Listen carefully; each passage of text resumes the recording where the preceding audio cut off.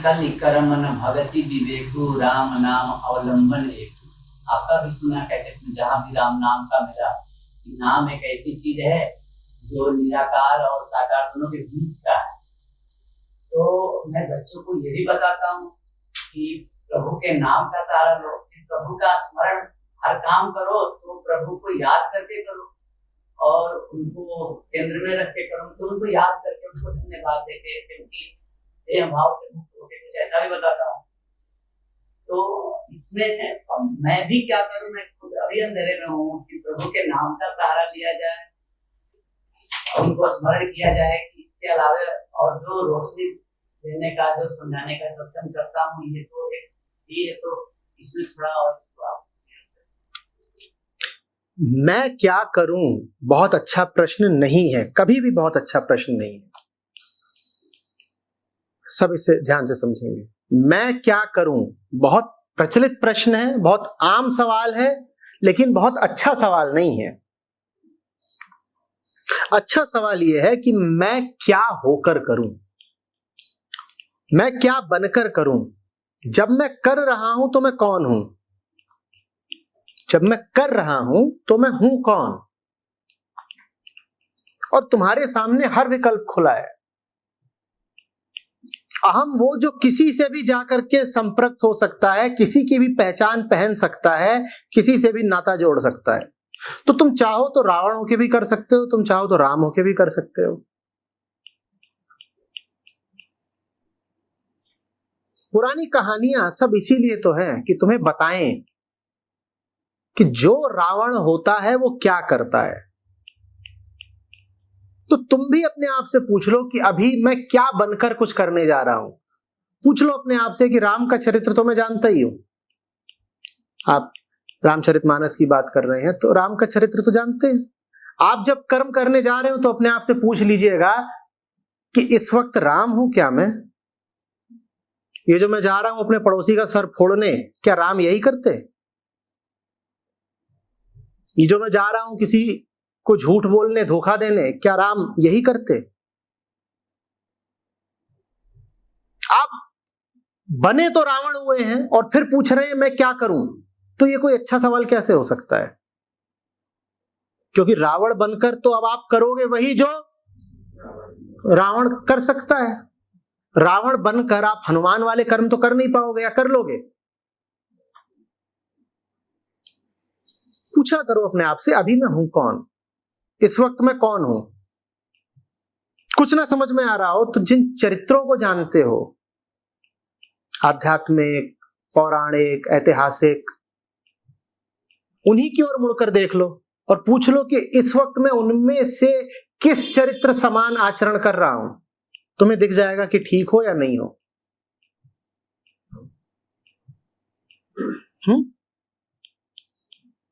तुम में बदला लेने की भावना आ रही है तो ये तो नहीं कह पाओगे कि अभी मैं संत हूं। और जब मन ऐसा हो कि जिसने तुम्हारा नुकसान भी किया उसे भी क्षमा करने, तो फिर तुम जानते हो कि अभी मैं संत हूं, अभी मैं वही कर रहा हूं जो अष्टावक्र पहले ही अध्याय में समझा गए हैं कि क्षमा, तोष, शील धारण करो। तो अभी मैं अष्टावक्र हूं। मैं कौन हूं ये प्रश्न तुमको बताएगा।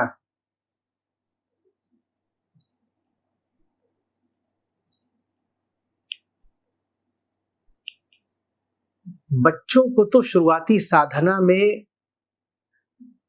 एक सूत्र यह भी दिया जा सकता है कि बेटा जब किसी परिस्थिति में फंसे हो, जब निर्णय लेने का समय हो, तो अपने आप से पूछ लिया करो कि इस स्थिति में जो भी तुम्हारे इष्ट देव हैं वो क्या करते। बताओ कौन है तुम्हारा इष्ट। वो कोई नाम लेंगे, राम, कृष्ण, हनुमान। कोई कुछ और बोलेगा, कोई बहुत धार्मिक नहीं होगा तो कोई और नाम ले लेगा, कोई थोड़ा क्रांतिकारी झुकाव का होगा तो वो कह देगा भगत सिंह, राजगुरु, चंद्रशेखर आजाद। कोई अन्य धर्मों की मान्यता का होगा तो कह देगा क्राइस्ट, कह देगा अली। ये सब इष्ट देव हुए जिनको तुम सर उठा के देखते हो, जिनके सामने तुम विनम्र रहते हो। तुमसे कहो, तुम जिसको भी अपने इष्ट देव की तरह देखते हो, जब निर्णय लेने का मौका आए तो अपने आप से यही सवाल पूछ लिया करो, इस घड़ी में मेरे इष्ट देव क्या करते? अगर मैं वाकई उनकी साधना करता हूं, अगर मैं वाकई उनके सामने नमित हूं, तो आदर्श बना के ही सही में ये पूछ लूं कि अगर ऐसा मौका होता तो वो क्या करते।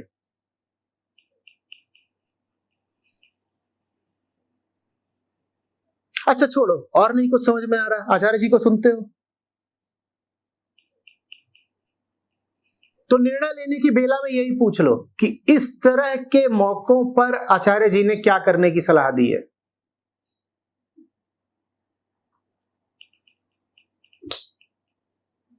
ये एक सूत्र मात्र है, बिल्कुल आरंभिक सूत्र है, जिन्होंने अभी अभी शुरुआत की हो उनके लिए।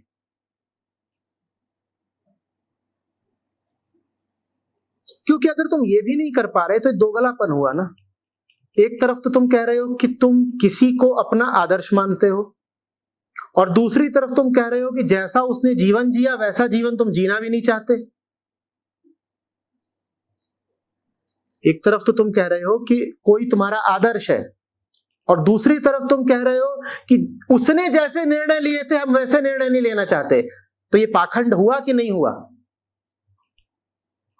तो निर्णय लेने की घड़ी में यही सवाल कर लिया करो अपने आप से कि अभी क्या मैं हूं कृष्ण जैसा, अभी हूं मैं अर्जुन जैसा, अभी मैं कैसा हो रहा हूं? कहीं ऐसा तो नहीं कि मैं वही काम कर रहा हूं जो दुर्योधन ने करे थे, और अगर मैं वही करने जा रहा हूं जो दुर्योधन ने करा था तो मैं दुर्योधन ही हूं। और अगर मैं दुर्योधन ही हूं तो फिर मैं अपने आप से यह हक वापस लेता हूं कि अब मैं कभी भी कृष्ण को पूजूंगा। दुर्योधन हो तुम तो फिर दुर्योधन की तरह रहो। दुर्योधन क्या जाता था कृष्ण को पूजने? जाता था। तो फिर अब तुम भी कभी मत जाना कृष्ण को पूजने। अब दुर्योधन बन गए हो तो पूरी तरह दुर्योधन ही बनो।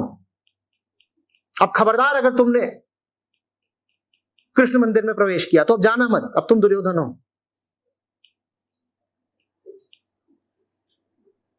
और अगर कहते हो कि कृष्ण आदर्श है मेरे, तो फिर वो करो जो कृष्ण ने करा।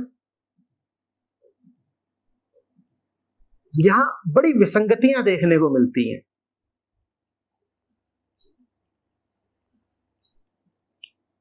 एक से एक कायर, कमजोर बता रहे होंगे हमारे आदर्श हैं श्री राम। उनके पास तो कुछ नहीं था, तो वो जंगल के बांदर भालू की सेना बना के भी लंकेश से भिड़ गए थे। और तुम अपनी हालत देखो, तुम जीवन की साधारण चुनौतियों का भी सामना नहीं कर पाते और कहते हो हम राम मंदिर जा रहे हैं, जय श्री राम। अगर जय श्री राम कह रहे हो तो जीवन की चुनौतियों का सामना करने की सामर्थ्य भी तो दिखाओ। राम ने चुनौती स्वीकार करी थी या भाग गए थे वापस? तो तुम अगर भगोड़े हो जीवन के सामने, डरपोक हो, तो क्या जय श्री राम करते हो?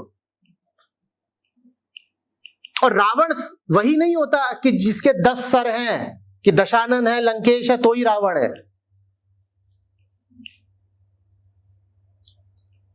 जो कोई अधर्म के रास्ते पर चल रहा हो वो रावण है। असली रावण तो तुम्हारे भीतर ही बैठा है ना, क्योंकि तुम्हारे ही चित्त में अधर्म के प्रति बड़ा लगाव है।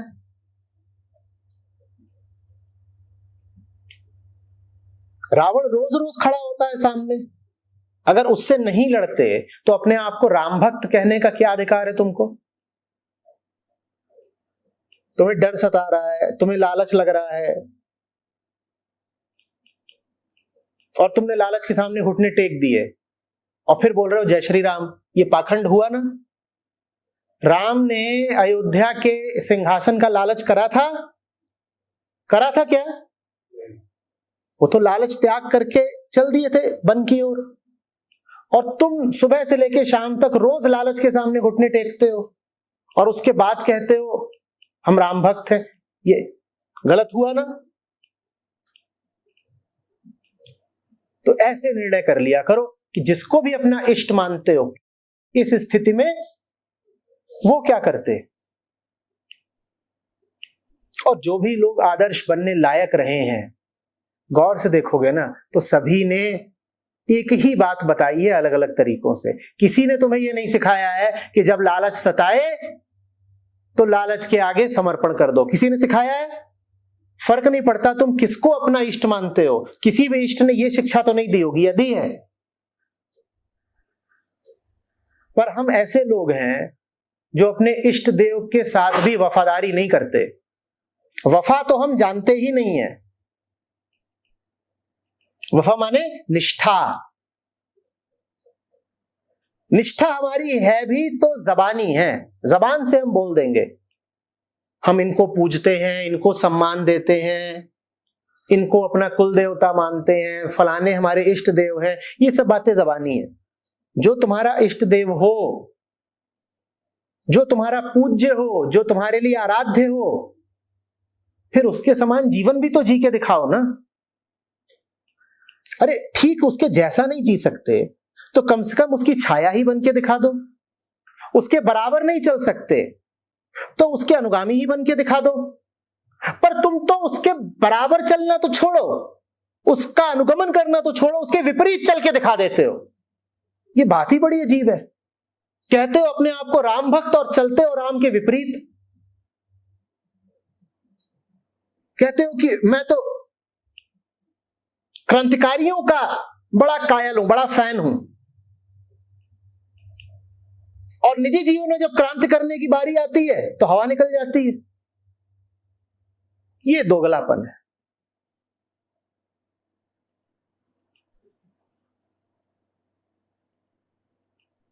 बच्चों को यही सिखाइए कि जो कोई तुम्हें इतना ऊंचा, इतना सुंदर, इतना प्यारा लगता हो कि तुम्हारा मन करता हो इसी के सामने सर झुका दे, फिर उसके जैसी जिंदगी भी बिताना। जिसके सामने सर झुका दिया, जिंदगी भी उसी के जैसी बिताओ।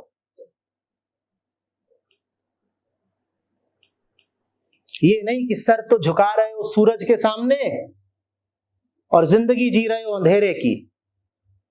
भूला नहीं करो कि जो भी तुम्हारा आराध्य हो है तो वो भी तुम्हारी ही तरह हाड़ मास का ही ना। दैवीयता भले उसमें उतरी हो, लेकिन जमीन के तल पर तो वो तुम्हारी तरह हाड़ मास का ही पुतला है। अगर वो एक अद्भुत उज्जवल जीवन जी पाया तो तुम क्यों नहीं जी सकते?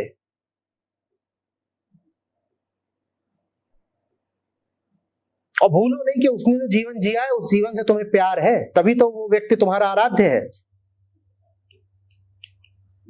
अगर वो वैसी जिंदगी जी गया तो तुम क्यों नहीं जी सकते?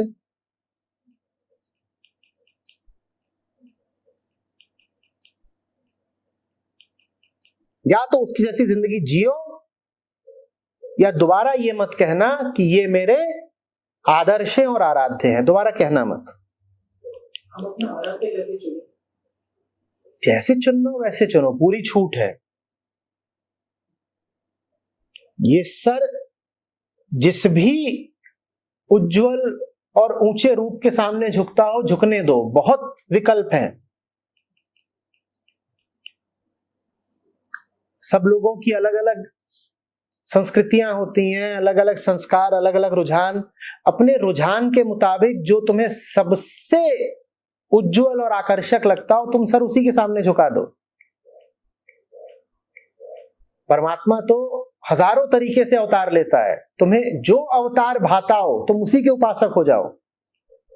लेकिन जिसके उपासक हो जाओ फिर उसकी उपासना ईमानदारी से करो। तुम्हें बुद्ध भले लगते हो तो फिर तुम चीखते चिल्लाते नजर नहीं आ सकते कि एक तरफ तो कह रहे हो कि बुद्ध मुझे बहुत भाते हैं और दूसरी ओर गली में शोर मचा रहे हो, हाय हाय कर रहे हो। बुद्ध ने शोर का पाठ पढ़ाया था या मौन का जीवन जिया था? तो तुम कैसे उपासक हो बुद्ध के, जो हर समय चिल्लाते चीखते ही नजर आते हो, कभी होठों से चिल्लाते हो और कभी अंतर चीख पुकार मची रहती है। कौन सा तुम्हें अवतार भाएगा? वो अवतार जो तुम्हारी स्थिति से जरा मेल खाएगा, जरा सहायक होगा। उदाहरण दिए देता हूं। अगर पैसा है तुम्हारे पास, सांसारिक सुख वैभव है तुम्हारे पास, और फिर भी चैन नहीं है, तो संभावना यही है कि तुम्हारे आदर्श बनेंगे बुद्ध।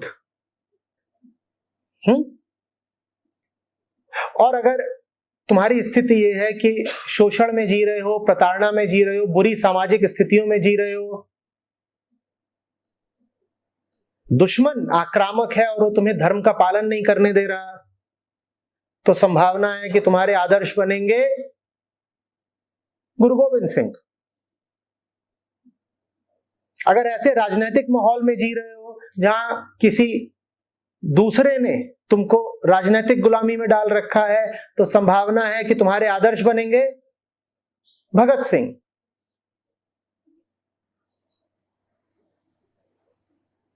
स्त्री हो, ऐसे परिवार में हो जहां नास्तिकता प्रचलित है पर तुम्हारे मन में भक्ति उदित हो रही है, तो संभावना है कि तुम्हारी आदर्श बनेंगी मीराबाई।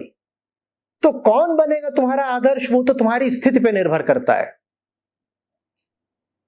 अपनी स्थिति के अनुसार देख लो कि कौन पूजनीय है तुम्हारे लिए, लेकिन जिसको आदर्श बनाओ फिर उससे निष्ठा निभाओ। ये नहीं कि मैं तो मीराबाई की पुजारन हूं और हर रविवार 20-40 हजार की शॉपिंग करनी तो जरूरी है, ये नहीं चलेगा। जैसे अगर किसी को भी आदर्श बनाता है, क्योंकि वो उसके जीवन उसके अंदर से तो आता नहीं, तो अभिनय से शुरुआत करता है, तो क्या ये सही है? घटिया पात्रों का अभिनय करे जा रहे हो, इससे अच्छा तुम राम का अभिनय ही कर लो। तुम रावण का अभिनय कर करके दूसरों की पत्नियां उठाए ला जा रहे हो, तो तुम राम का अभिनय भी सीख लो कि धर्म के लिए लड़ूंगा। अगर तुम्हारी आत्मा जागृत नहीं हुई है तो तुम्हें अभिनय में ही जीना पड़ेगा ना। अहंकार तो सिर्फ अभिनय करता है, अभिनय माने नकल। मौलिकता तो सिर्फ आत्मा में होती है। आत्मा अगर जागृत नहीं है तो मौलिक तो तुम्हारे पास कुछ हो नहीं सकता, तुम अभिनय में ही जियोगे। मेरी बात थोड़ी अजीब लग रही होगी लेकिन बहुत व्यवहारिक है। मुक्ति का इसमें सूत्र है। जब तुम नकल में ही जीते हो तो रावण की नकल क्यों करते हो, राम की ही कर लो भाई। ऐसा तो नहीं है कि तुम जब रावण हो तो मौलिक हो और जब राम की नकल कर रहे हो तभी नकलची हो। नकलची तो तुम लगातार हो। लेकिन हमारी बड़ी अजीब विधि है। दुनिया की रीत देखो, कोई रावण की नकल कर रहा हो तो हम उसको नहीं कहते कि अरे नकली आदमी है, ये तो नकल ही कर रहा है। लेकिन जब कोई राम की नकल करने लगता है तो हमें बड़ी तकलीफ होती है। हम कहते हैं देखो ये ना तुम सिर्फ नकल उतार रहे हो आदर्शों की। भाई जब तुम घटिया काम कर रहे होते हो, जब तुम एक से एक गिरी हुई और घिनौनी हरकत कर रहे होते हो, तब भी तो तुम नकल ही उतार रहे होते हो ना। या तुम ये कह रहे हो कि तुम मौलिक रूप से गिरे हुए और घिनौने हो? नहीं, तुम मौलिक रूप से तो गिरे हुए और घिनौने नहीं हो, लेकिन फिर भी तुम गिरे हुए घटिया और घिनौने काम कर रहे हो। यानी कि तुम जब गिरे हुए हो तब भी तुम नकल ही कर रहे हो। तो मैं कह रहा हूं नकल करने में बुराई क्या है? हाँ, बुरे की नकल करने में बुराई है। नकल करने में नहीं बुराई है, पर बुरे की नकल क्यों करते हो? नकल ही जब करनी है तो अच्छे की कर लो ना। अच्छे की नकल करते करते क्या पता एक दिन अच्छे ही हो जाओ, और नहीं भी हुए अच्छे तो कम से कम बुरे की नकल करने से तो बचोगे। इसके अलावा मैं तुम्हें सलाह भी क्या दूं, क्योंकि नकलची तो हो ही। आत्मा जागृत हो, मन आत्मा में डूबा हो तो किसी की नकल की जरूरत नहीं पड़ती। राम थोड़े ही किसी की नकल कर रहे थे, वो तो मौलिक थे। पर हमें तो नकल में ही जीना है। हम तो अभी साधना के पहले ही चरण में है, तो हमें तो किसी न किसी को आदर्श बनाना पड़ेगा, हमें किसी न किसी का अनुकरण तो करना पड़ेगा। हम अभी ये नहीं कह सकते कि तुम किसी का अनुकरण मत करो, तुम किसी को आदर्श मत बनाओ। अगर ये बात कह दी तो बड़ा नुकसान हो जाएगा।